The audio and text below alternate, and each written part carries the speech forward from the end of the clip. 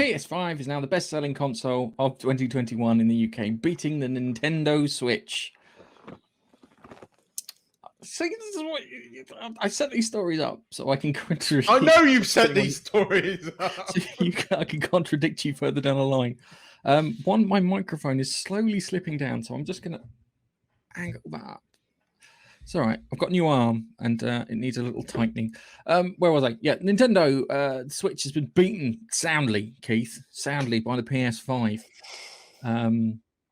It's perpetually low on stock, but the PS5 has still managed to outsell both the Xbox X and the Switch this year. So we can't get any, but it's selling like fucking hotcakes. At the moment, that's because when they do come, people buy them because people want it. Everyone wants one. I'm not disputing that fact. You just can't get one, Keith. At the moment, the console war is between the Xbox X series and the PS5.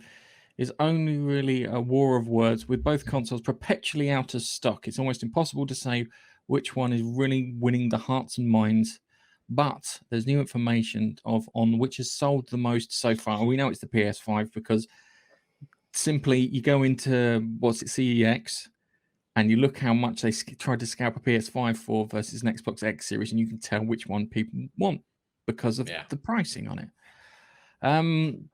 Well, there's no suggestion that the Switch sales are necessarily declining. Nintendo's widely rumored to be unveiling a new, more powerful version of the console at E3. See how these all tie into each other? You see, they've immediately sort of shut themselves in the foot there with at E3 because Nintendo don't go to E3. Well, they mean E3 week, don't they?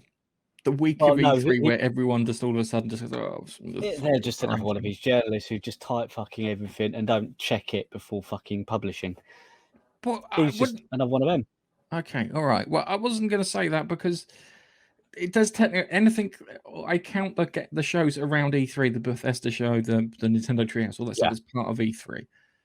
Because they wouldn't be putting a show out otherwise. Otherwise, it would be like what does the Sony do now? They do their. Do you think they got the guys the guys who run E3 in the background going, right, Bethesda are about to start their stream. What we'll do, we'll link to theirs and show it on our stream as if it's part of ours. We'll just share it, screen share it. It's fine. It's fine. They might do that tricky thing. They won't care. So it's mad in comparison, but. Yet the PS5 is the biggest selling console so far in the UK of 2021, and I can believe that because we can't find anywhere. One thing would be good if Sony and Microsoft both said, right, these are the amount we've sold, and these are the amount that have been activated by end users. Because then you'll know the bit in the middle are scalpers. Well, no, because the scalpers would have sold them on. There would be no point holding on to them. Yeah, so but they would have sold them on. So they still get activated either way. There's a lot of people who just simply won't. They'll wait for it to become available in retail stores rather than buying from scalpers. So there may well be quite a lot of people. Well, the stores have opened up now, and the scalping seems to not be as much of a storyline as it was. If you know what I mean. Yeah, and that's because people can pop into these stores and they're prioritizing it, and Sony want to sell directly to customers too. So hopefully they'll implement the one per address sort of thing, and go from there.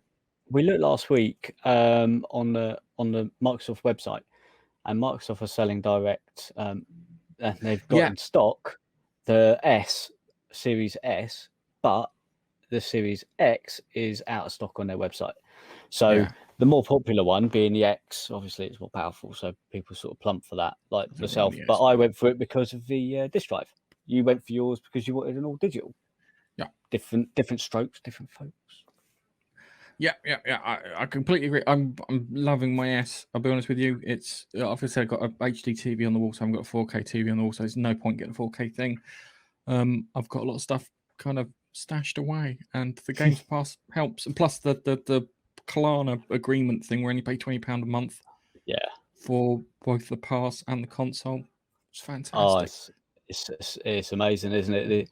I know this is the Sony section, but I pay £28 a month, only £8 more and I've got the X, and I've got the same. I've got the X, the Game Pass Ultimate, which is fantastic. I just wish Sony had something similar. I know they've got the PlayStation now, but I wish it was maybe a bolt on to PS Plus, a little bit more per month. And here's a back catalogue of all our stuff. That'd be quality. Don't forget to like, comment, and subscribe.